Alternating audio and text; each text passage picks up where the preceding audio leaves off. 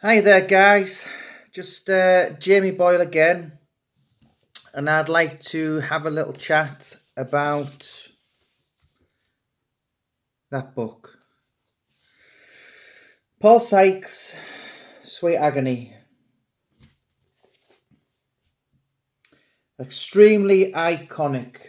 Um, yeah, was Paul.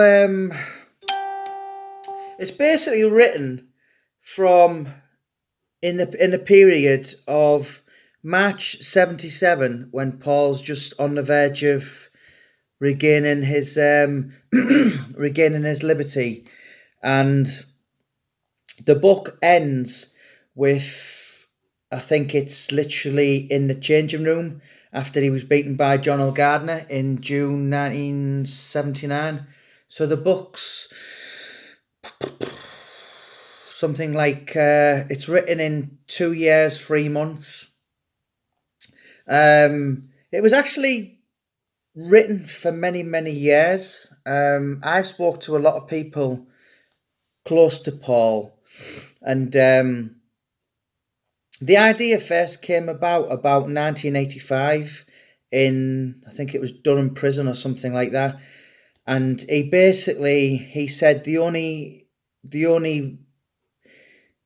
what kind of I know a lot of people in prison, they'll go to like church meetings on a Sunday for like 3 cups of tea, 3 cakes.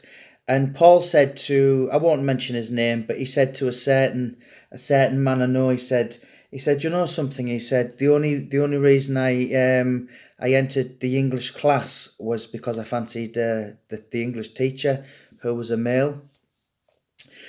Paul written that book from 85 to 88. It was first published in. First of all, it won the Arthur Koestler Award, which is it's a British prison system award. You've got to be in prison to win it. I think Charles Bronson's won a few. Paul Sykes's reward for that was like uh, I think he was on the original. It was like £15. So obviously it was a bit. It was quite. It was £15 30 odd years ago inside prison was quite a bit of money. And I first came about Paul Sykes in 2012. Um, I've always been really interested in boxing and true crime. From the ages of like 10, 11. I remember in St Anthony's primary school, fancy dress, and all my mates were going as Wee Willie Winky, the Karate Kid, and I went as Freddy Krueger. And it's very bizarre, really, but I started kind of like reading Jack the Ripper books when I was like 11, and then it was the Yorkshire Ripper, um, and then it was like the Cray Twins and all this. So I've always had a huge fascination in true crime. And so this guy, into John Williams, he was called, about June, July 2012. He said, when you get a minute, Jamie, just go on YouTube and just type in Paul Sykes Wakefield. Now, the name never meant anything to me, and I'm somewhat of kind of a boxing historian, particularly from the years of like 70s, the 80s, and 90s. And I never really, never, couldn't really, obviously, I'd heard of like John L. Gardner and this and a few other people, but I'd never heard, so I watched Paul Sykes. I think there was like 7 parts back on in them days. This was before ITV became aware of the film. ITV can charge something like £400 per second, so that's why it's been taken off. A lot of people ask me why it's been taken off. It'll get put back on again, but then it gets taken off, obviously, because Western Edge have bought the rights to all, well, that book as well, and my books. So I watched it and I was just like, wow, who's he? I was just like, what a character.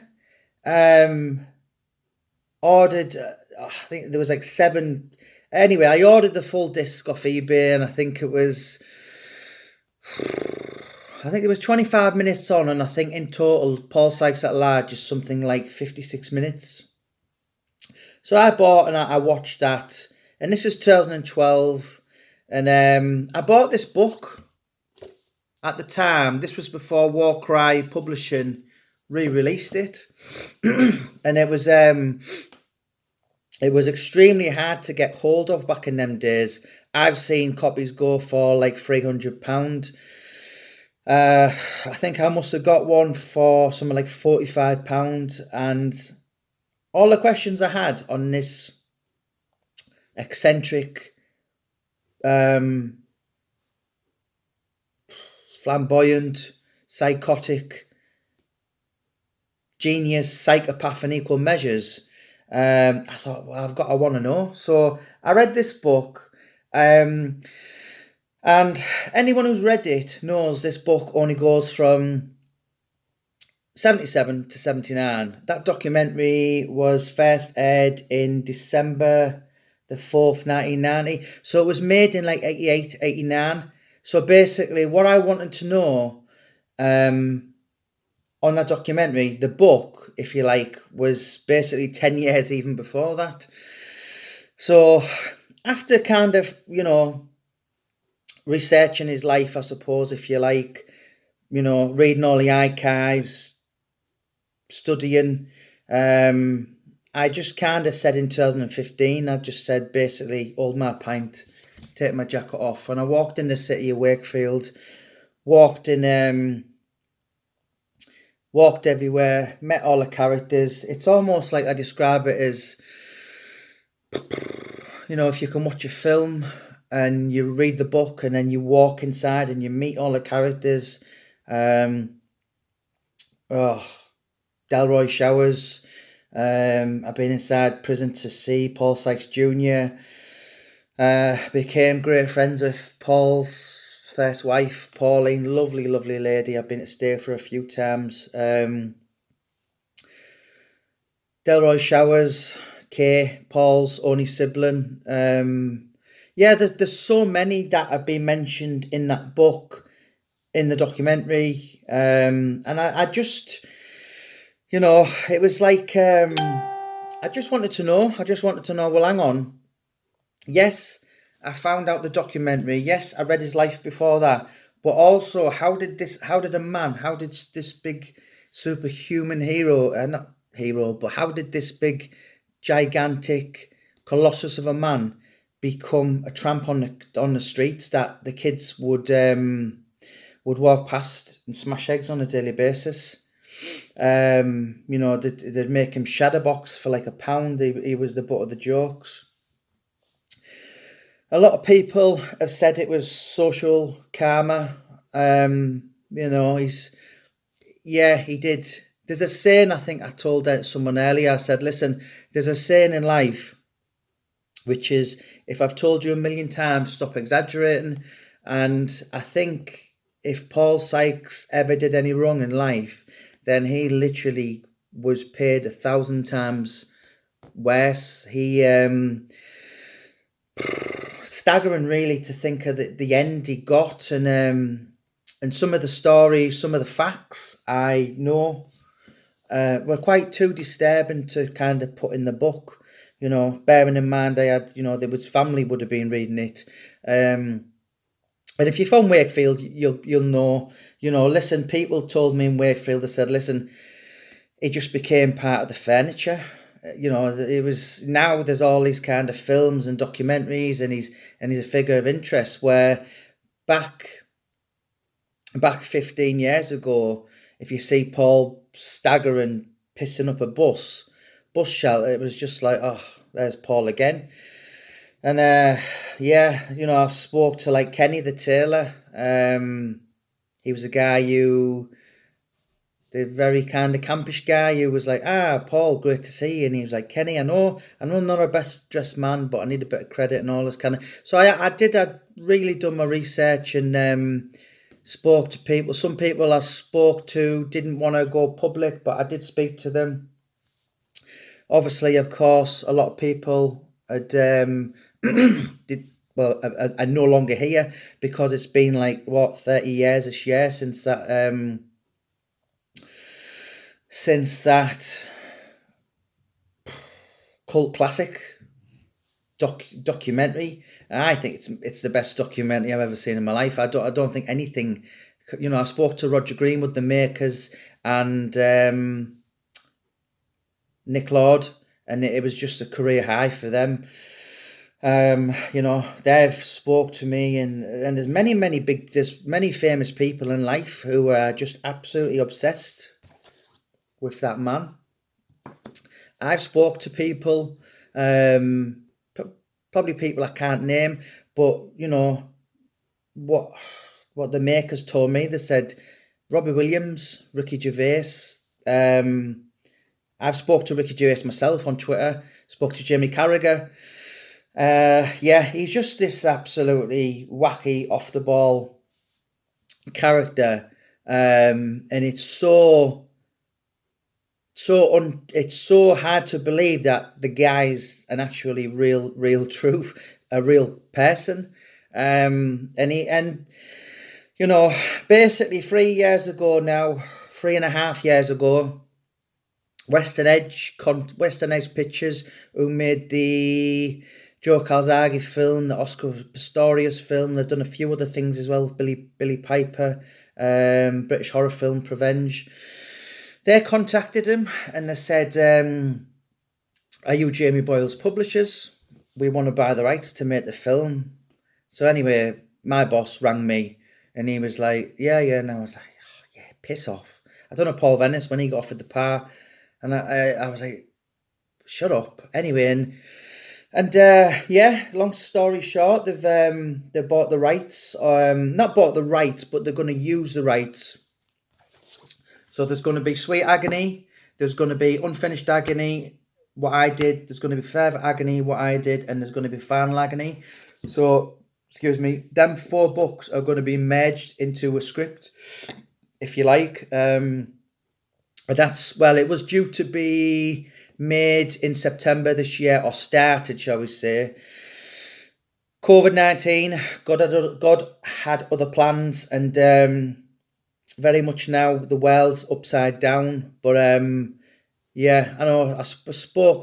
my boss spoke to Vaughan Civil. He just finished reading Final Agony the other week, and he said it was fantastic. Spoke to Delroy Showers. And he said it was really authentic. Spoke to John Spenceley, who knew him a great deal, lived with John for 6 months, and he said it was the best one to date. He said, my job's not to glamorise him, certainly not glamorising him, not making out to him to be a hero. I've got no axe to grind with the Sykes family. I didn't know him, but he was what he was, and he is, I dare I say, maybe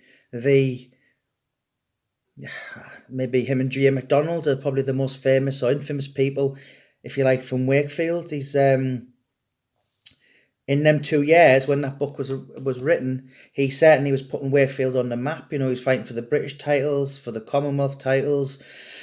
Still holds the record today for fighting for the British title in the least amount of contests for a British heavyweight.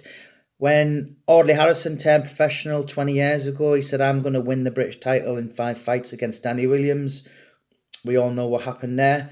But it's been a journey, and I only wanted to write 1 and then 2, and then there was 3, and it was like, it's kind of become part of me, if you like. He's someone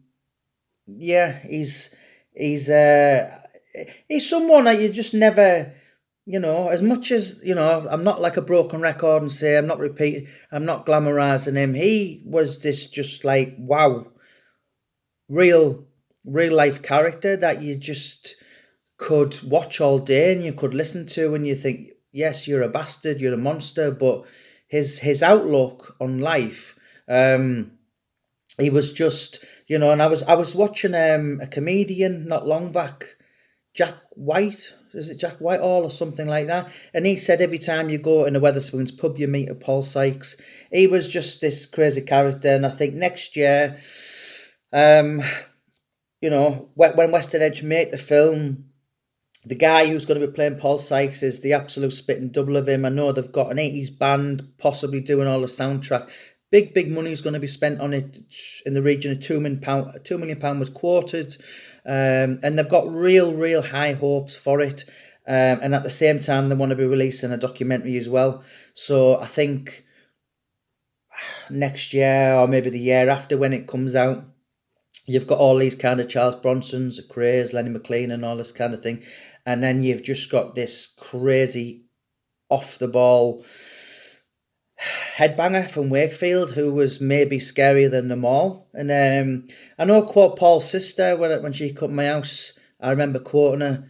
Sorry, I'll quote her, and she said, "I would have loved a brother. I would have loved a normal brother who went to work at 9 o'clock and came in at 5, but I didn't have that. I had this oddball. I had this violent oddball, and he wasn't right from start to finish." And yeah, it's like a lot of my books that I do. There's always some kind of, you know, the Brian Cockrells, the Dominic Negus, the Lee Duffys, the Paul Sykes, the there must be more. I'm sure there's more, and they all seem to have. There's an element of being bullying in their early childhood, and I think that kind of stays with them, you know. And they become clearly a product of their own environment. So yeah, it's a cult classic, guys. I wasn't happy when I first read it, but when I read it the second time, I learned it of Paul's sister. I quickly began to realise that maybe the greatest crime of Paul Sykes's life was that he shamefully only ever written one book. So if you want to buy that, it's on Amazon, £4.95 via Kindle, and it is £12.95 in the paperback. And yeah, the book, you've seen the documentary. I often, you know, the only woman in the world I can call my wife is Kath. I often walk in the house and say, "What are these lights doing on Kath?" and all this. And the book is littered with one-liners. You know, when you think this Paul Sykes documentary is just crazy. The book's just splattered with Paul's unique sense of humour. And yeah, it's I think that book will live out eternity. It's just that much of a cult classic. And whether you love him or whether you loved him or whatever, listen, you will never forget the name Paul Sykes if you come from in and around Wakefield. That's not my opinion. That's just, you know, he was Wakefield's very own Al Capone, if you like. He was, you know, and it's a shame because the credentials in the boxing game, he was very good. Offensive wise, according to John L. Gardner and Neil Malpass, he was world class. He just seemed to burn himself out after about 3 rounds because he was loading himself up every punch. I've watched that fight with John L. Gardner. And I think I counted one body shot what he tried to hit John with, and that was just basically because he every punch he was throwing, it was bad intentions, and he was trying to take his head off. Obviously, and you know, when you're loading up, it takes his energy, and obviously you've seen what happened. He ran out of gas, and yeah, it was John L. Gardner's fight from round 4, 5, 6 onwards, and obviously Paul turned his back. Some would say cowardly. But yeah, he's for a little while at least, he certainly put his name on the map, and for all eternity, Wakefield will never forget that guy in a hurry. So Paul Sykes, Sweet Agony, Amazon, eBay, Waterstones, and don't forget I did a couple of sequels called Sykes Unfinished Agony, Sykes Further Agony, and now Sykes Final Agony. Thank you so much for listening to me, guys. Click down on subscribe, and all my books are in Waterstones, eBay, Amazon, all that type of thing. I've got my own page on Facebook, which is Jamie Boyle /filmmaker. Thank you so much. God bless.